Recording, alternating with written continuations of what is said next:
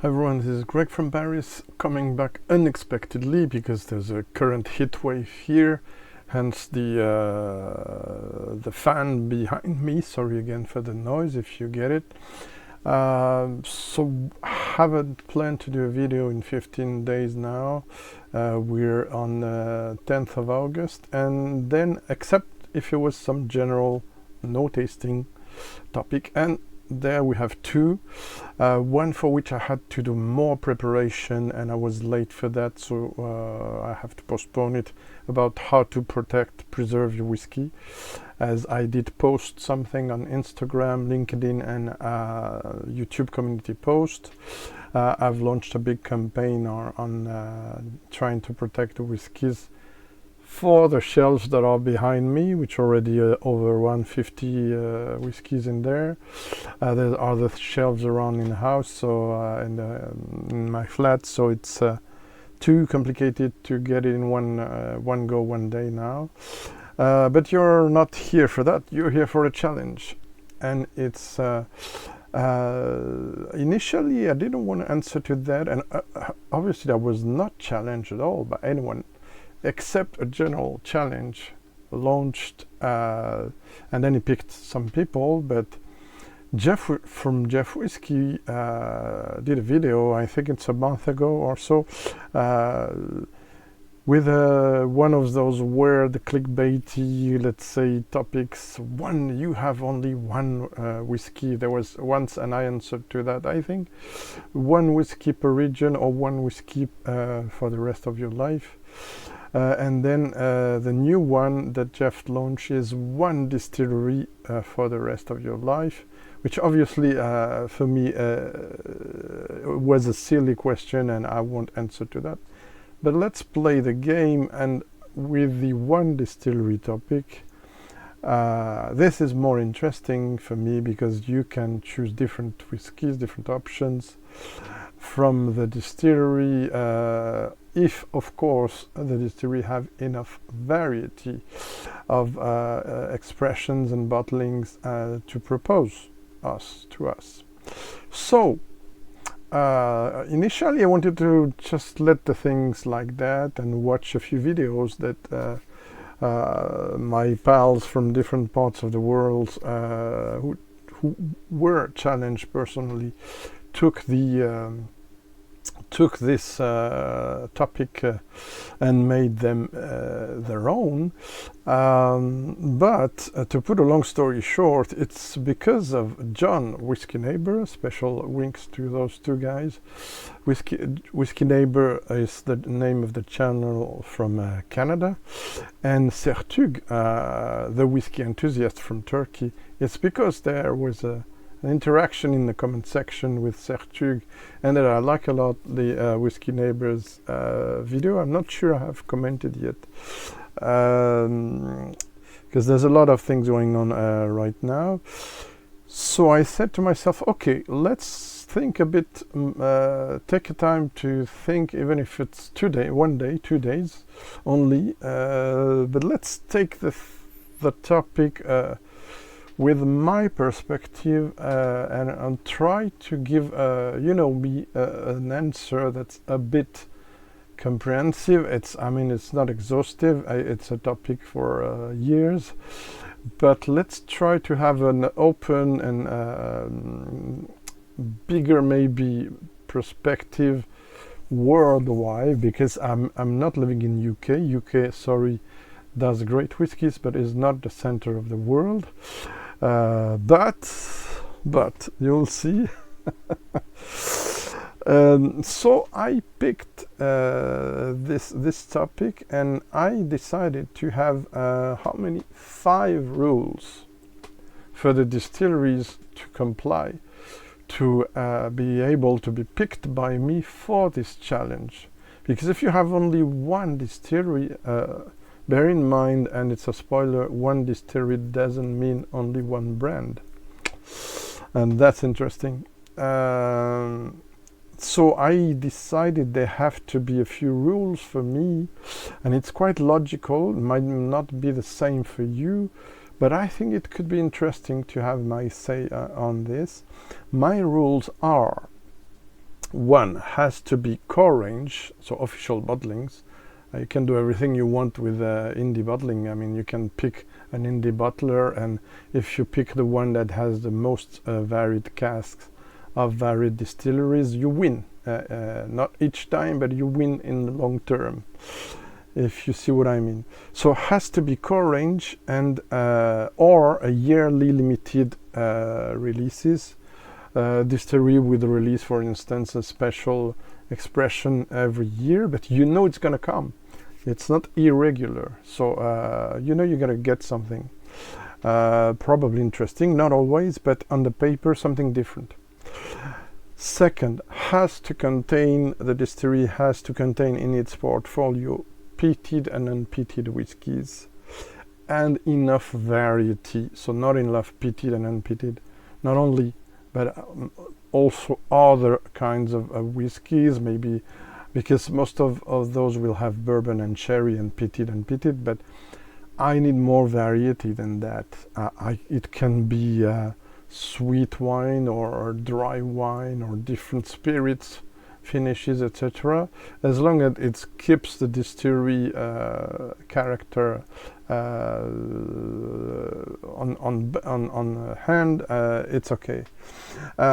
3, has to be available. Sorry guys, but yeah, I have to think of that in my country. So France, unfortunately, they're great options. I'm going to tell you which ones for me, which I have to discard because they're not available here.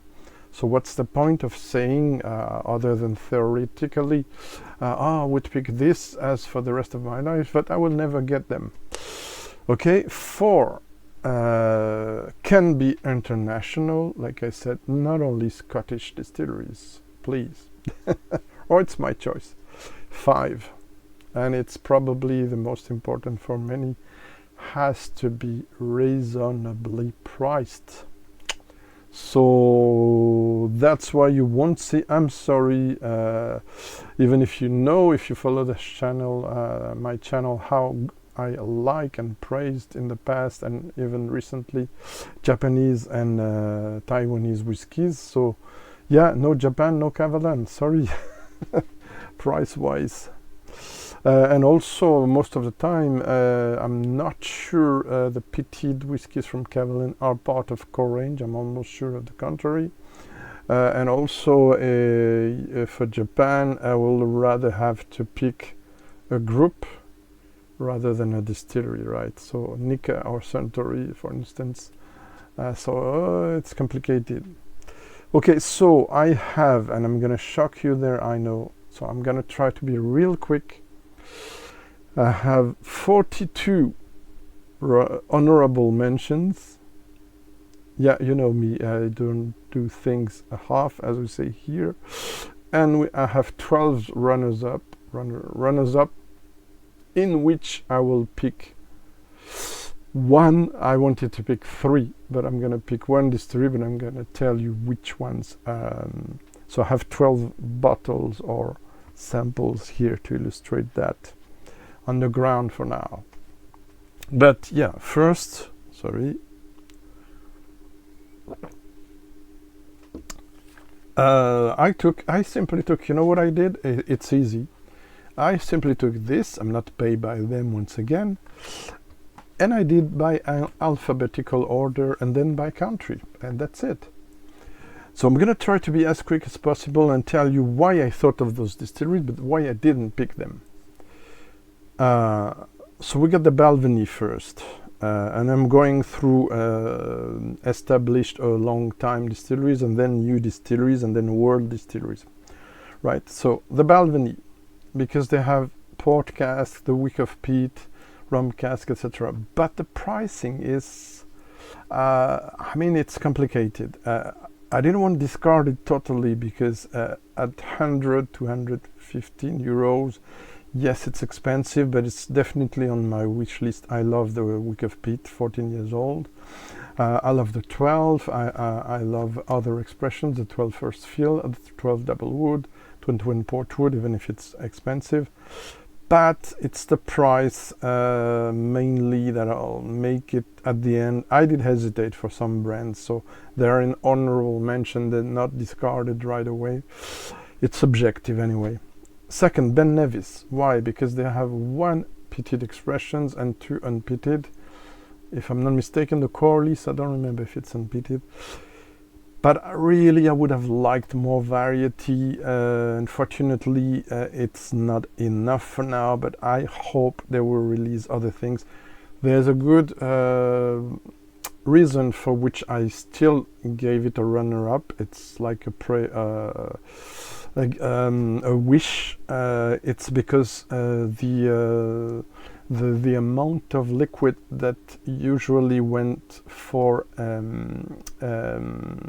Nika, because Asahi Group through Nika Distilling Company owns Ben Nevis. But the reason I mentioned those is because a few years ago or a decade ago, the indication where they were giving away, they were keeping 75% of the distillate of Ben Nevis for Nika's blend and blended malts, but now it has gone decreased to 50%. So maybe we're going to see more expressions for from Ben Nevis coming to the market, and really I hope so. Okay, third, Benriach. On the paper, it has everything to be chosen, but Benriach for me is aside from a few expressions, really a kind of disappointment regarding the Rachel's policy, and a bit like Glenallachie. I'm sorry guys, a lot of wood technology, a lot of not secured, so to speak, expressions, not stable enough, and for me consistent enough to be chosen. But in the past, I love the peated expressions. I love some older releases. Bladnoch has also a peated, if I'm not mistaken, expression. Potentially it could go, but again, I'm not 100% sure of each expressions, and there's a price issue.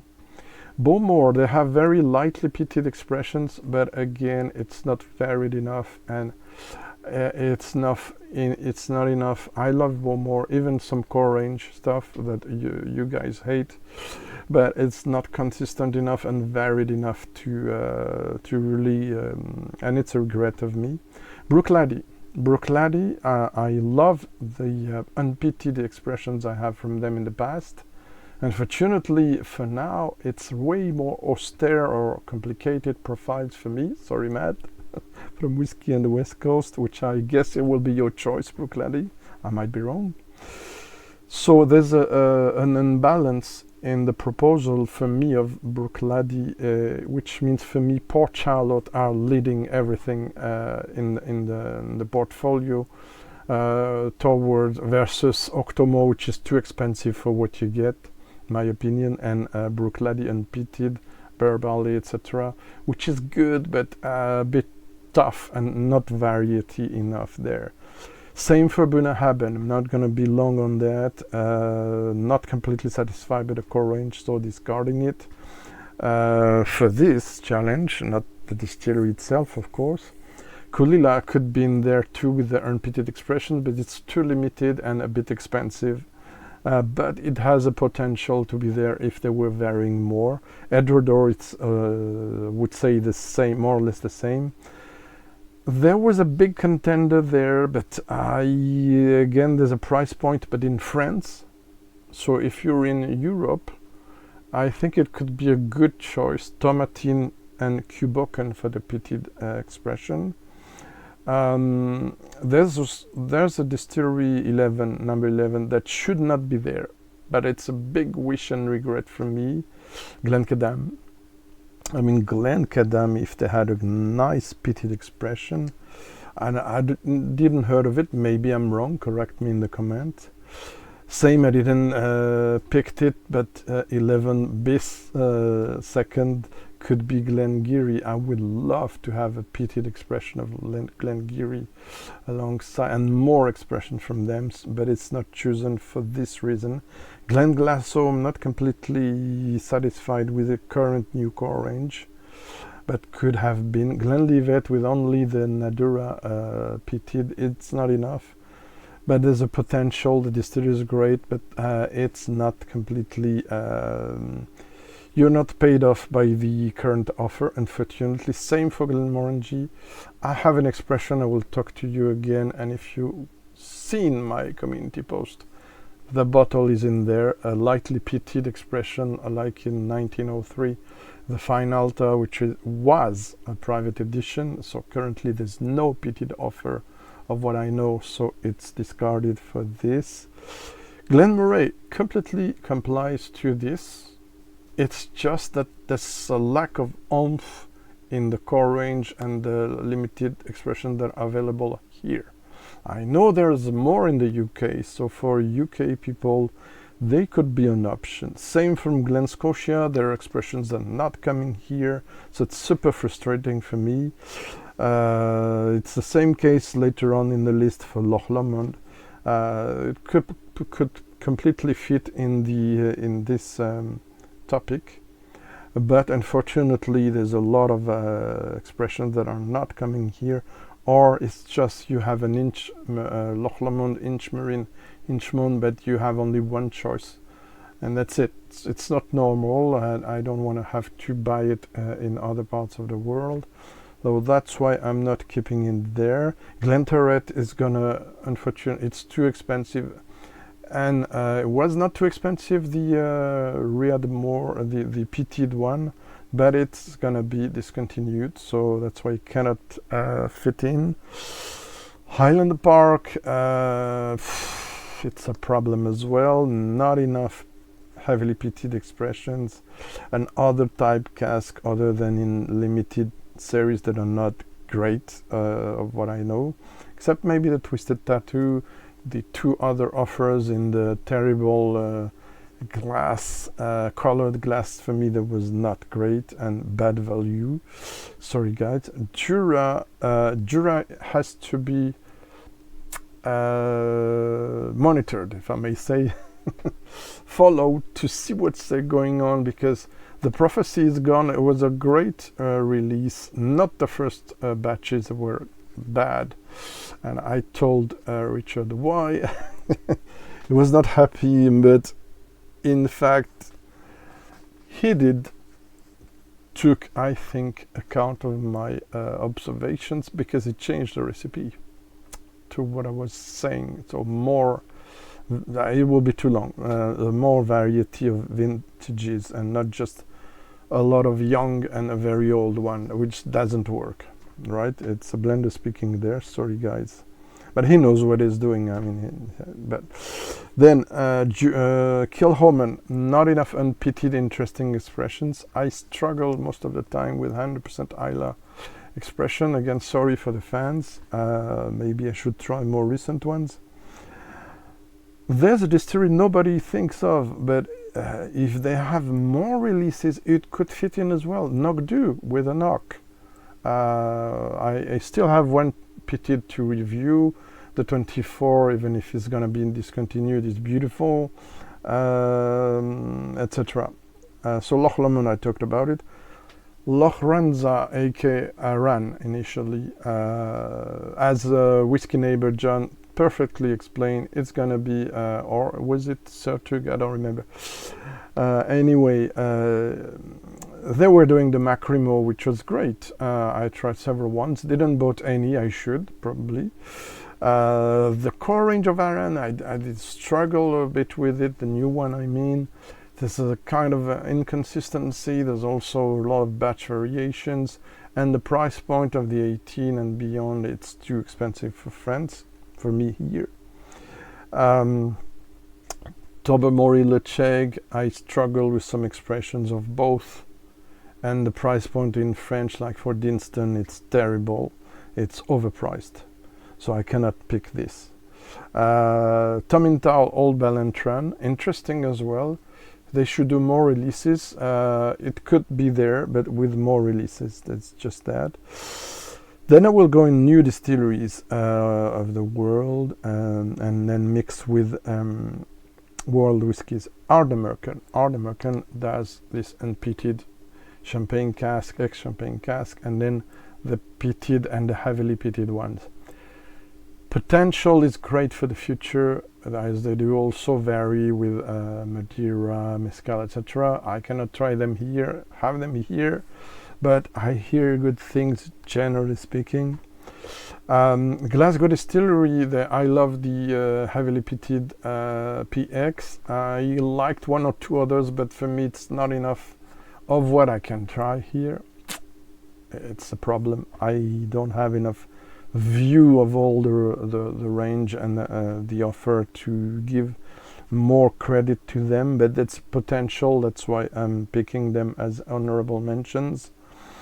Sleers, yeah, Sleers is the Bavarian, one of the Bavarian distilleries. I have 4 bottles of them. I tried their new Bavarian peat expression and others.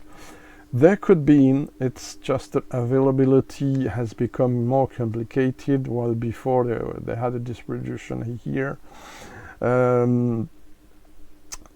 What else? Going on, yeah, we'll get to France, but before I have to mention 2 European, Swedish distilleries. Mackmyra did disappoint me recently, but they have a peated expression, they have wine cask, they have a lot of things. Is it always consistent? It is always balanced and fairly priced in France? No. High Coast, beautiful distillery, but and they have a lightly peated and more heavily peated. Unfortunately, in France, the choice is very drastic. I have 4 different bottlings from them, one in the 3 official ones. It's a beautiful distillery. Big shout out to Leon from Malt Mariners on the road or road, the English version channel. If you're interested by High Coast, Smögen, and other Scandinavian distilleries, he's doing tremendous reports on his visits there and interviews. Check them out. What else? Number 33. Oh, I forgot, sorry. Kingsbarns, Scottish ones, last Scottish ones. Kingsbarns could be in there. It's not enough structured yet for me to have all the variety available also here at decent price point, but there's great potential there. Lindors, it's the same. It's more availability issue than anything else. But there is still a bit of variety, that's why I didn't discard them. Wolfburn, it's the same. It lacks just a bit more consistency for me to fit there.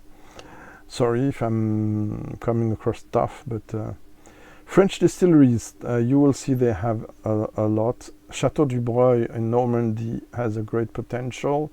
I will speak again about them because they're doing a very important job about heritage barley varieties. Fontagard, also a former cognac distillery, still doing cognac, has also now peated, unpeated wine cask stuff. Choice interesting. Bit young maybe. Lehmann distillery from Alsace has also peated and unpeated, doing better than before. Penderyn, also in Wales, has a nice peated and unpeated. There might be a price issue sometimes. Distillery du Vercors in France with Sequoia has also peated, unpeated, and a bit different cask type, but it's not varied enough to entertain you as a unique distillery per year. Last but not least, we have 4 Northern American distilleries. Again, a wink to Matt and other guys there in there. Westland, problem Westland is the great releases. The Solemn with local peat is very interesting, but the price point. The new core range now integrates, they made a fusion between the, sorry if I mistake because I'm going quick. The new flagship now gathers the American oak, the sherry and the peated one. I have the 3. but I don't have the new one which has all three to do the comparison. And I have now beer and wine finishes, so it's getting more interesting. Price point is complicated for part of the offer, that's why it's just an honorable mention. United States wise, High West with a pitted, even if it's not US pit, the campfire opens up the range of bourbon rye whiskies to pitted whiskies as well. It's very interesting, so very encouraging. Two Canadian distilleries I have to discard for availability only, because otherwise they're really fitting the bill. That's why I didn't discard them. Shelter Point, of course, in British Columbia, and the brand Two Brewers in Yukon Distilling. Really impressive distilleries, great distilleries worldwide. I awarded them already in my channel, etc. So what's next? I have 12 names. Craig, it's enough. No, it's never enough. So I'm gonna give you the 12 that could have been perfectly for me fitting in the bill, but not necessary for everyone, and it's very subjective. Of course,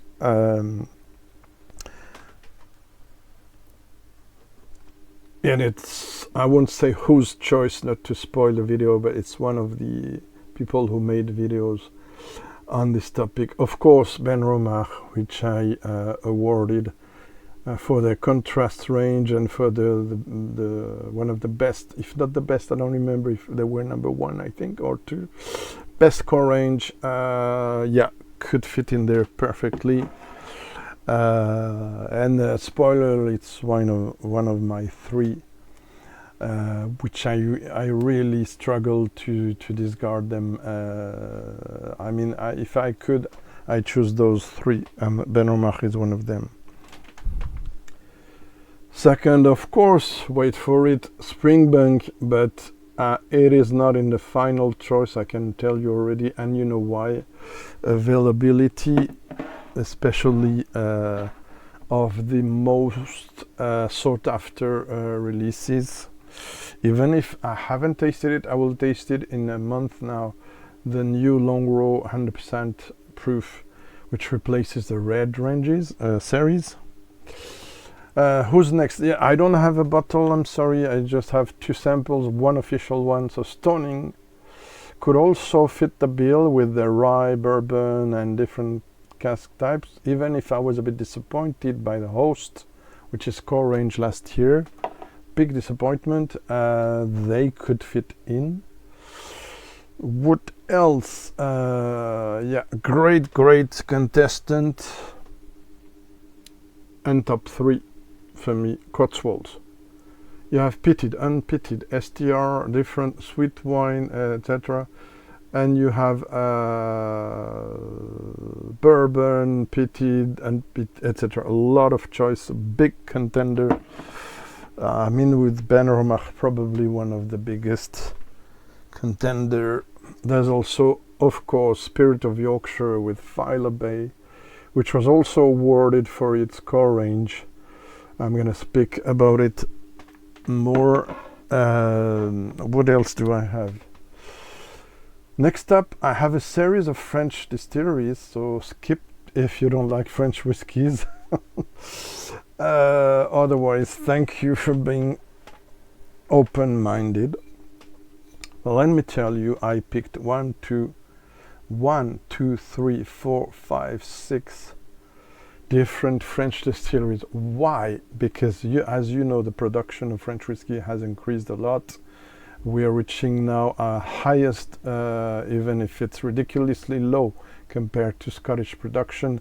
We're reaching now, we have passed the 1 million to 5 of liters per year. It's very small at the scale of Scotland, but for us it's big, and I will present you in a moment the biggest French whiskey distillery now, which is going to compete very hard now for the rest. for 2025 and 6, let me tell you. But of course, I cannot not present you Armorique, which is one of the brand, peated when it's old, lightly peated when it's old, and unpeated when it's young. I'll explain that in different videos. This one I haven't talked a lot, but just a bit about it. I have to review it along with one or two other expressions. So Varanghem is the name of the distillery. It's in Brittany. They have sherried and sherry. They have local wines or local spirits finishes. They do sometimes Madeira, which is one of my favorite finishes, if not my favorite. And they have the Yun Elez expression, still made by the distillery, which is the peated, rather medium to heavily peated expression. So Armorique has to be in there and could perfectly be my choice. What else? Oh yeah, of course. Probably after Armorique, the flagship of our French whiskies by far, and also the most Scottish-like, a bit like Armorique, if not completely. Of course, it's a distillery that changed name. It's also French, also from Brittany. Sorry or not sorry. It's Celtic Whisky Distillery. They used to be called Glenarmor, which is the unpeated brand. They change a bit the packaging, but it's basically the same bourbon barrel, but they do other, especially in limited releases, but which are yearly.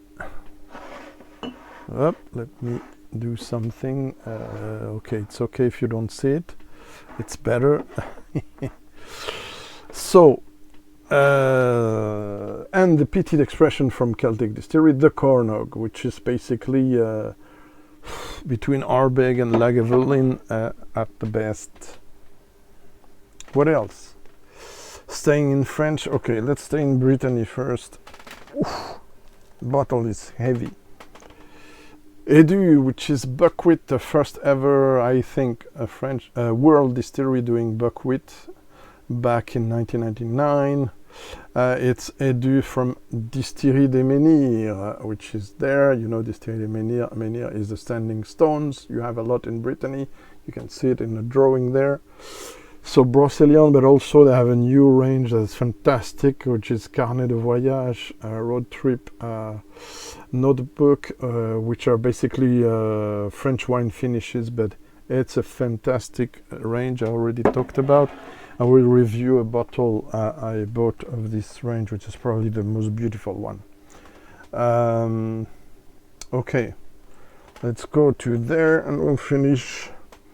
Hep, which a lot of you don't know because it's not well distributed, I think, in UK. It's a pity because it's one of the best fruit eau de vie from Alsace, the east of France region producer, but also they're doing great whiskies. They have also the Awa indie bottling range. Yeah, I know it's a bit tricky, but and they will have now the Émeric Roborel de Clements because he has stopped his company and lended to them. Fantastic whiskey, the last year's offer with impressive peated and unpeated, sherried also. This one is lightly sherried. Two left before I get to another part of the world and finish it up with my choice. Roselier. Roselier is now, I already talked to you about this very terroir series of bottlings called Le Parcellaire. The parcel, different parcels that are highlighted. Roselier is now the biggest French distillery. I already talked to you about that if you follow me.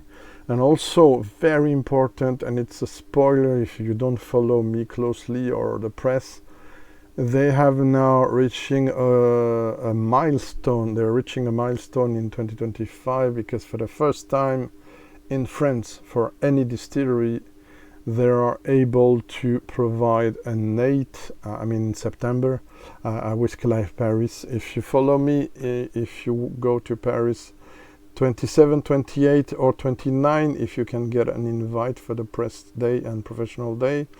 I will be there the 28th and the 29th of September, Whisky Live Paris. They will present their product, and even before in another show. It's the first time a French distillery will be able to provide you an 8 years old, a 10 years old and an 18 years old in the core range.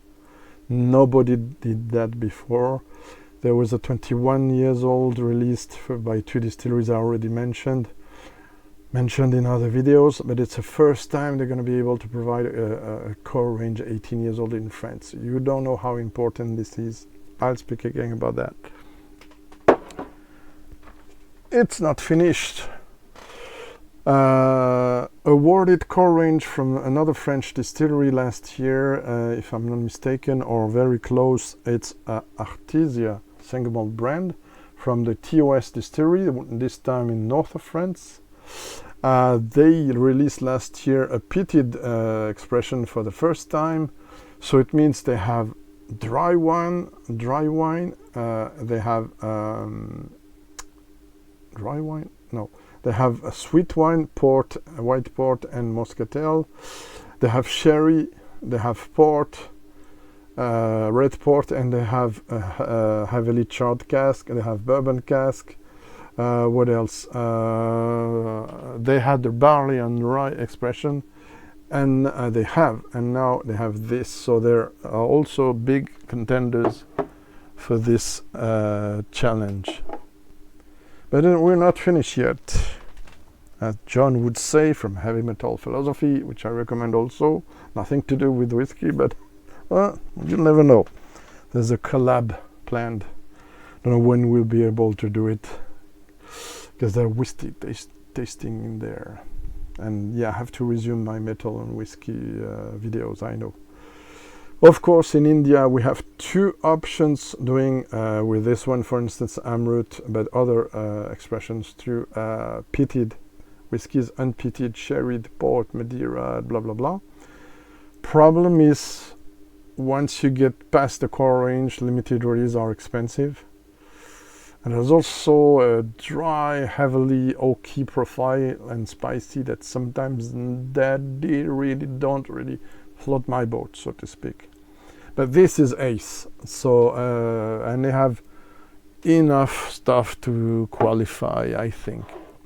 But again, price point can be tricky. Same for Paul John, with a beautiful edited, a great value in the range, which is peated as well.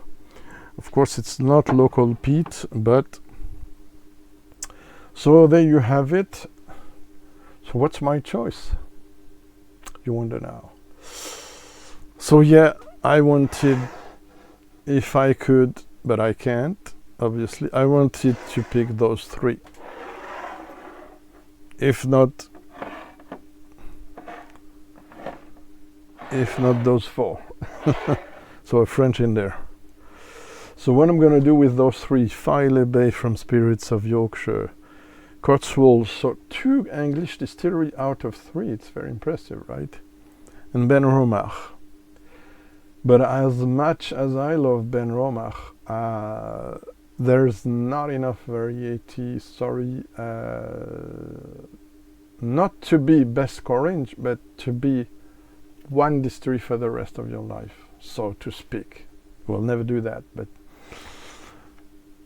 that said, it's a beautiful distillery, core range, limited release, and I gave them a lot of awards, so they still qualify for the core range, right? Now I hesitate a lot between those 2. I love the very delicate style of Filey Bay. They do STR, they do Muscatel, they do beer cask finish, IPA, and unlimited release also. I think they did a porter too. What else do they do? They do bourbon with the flagship you have here.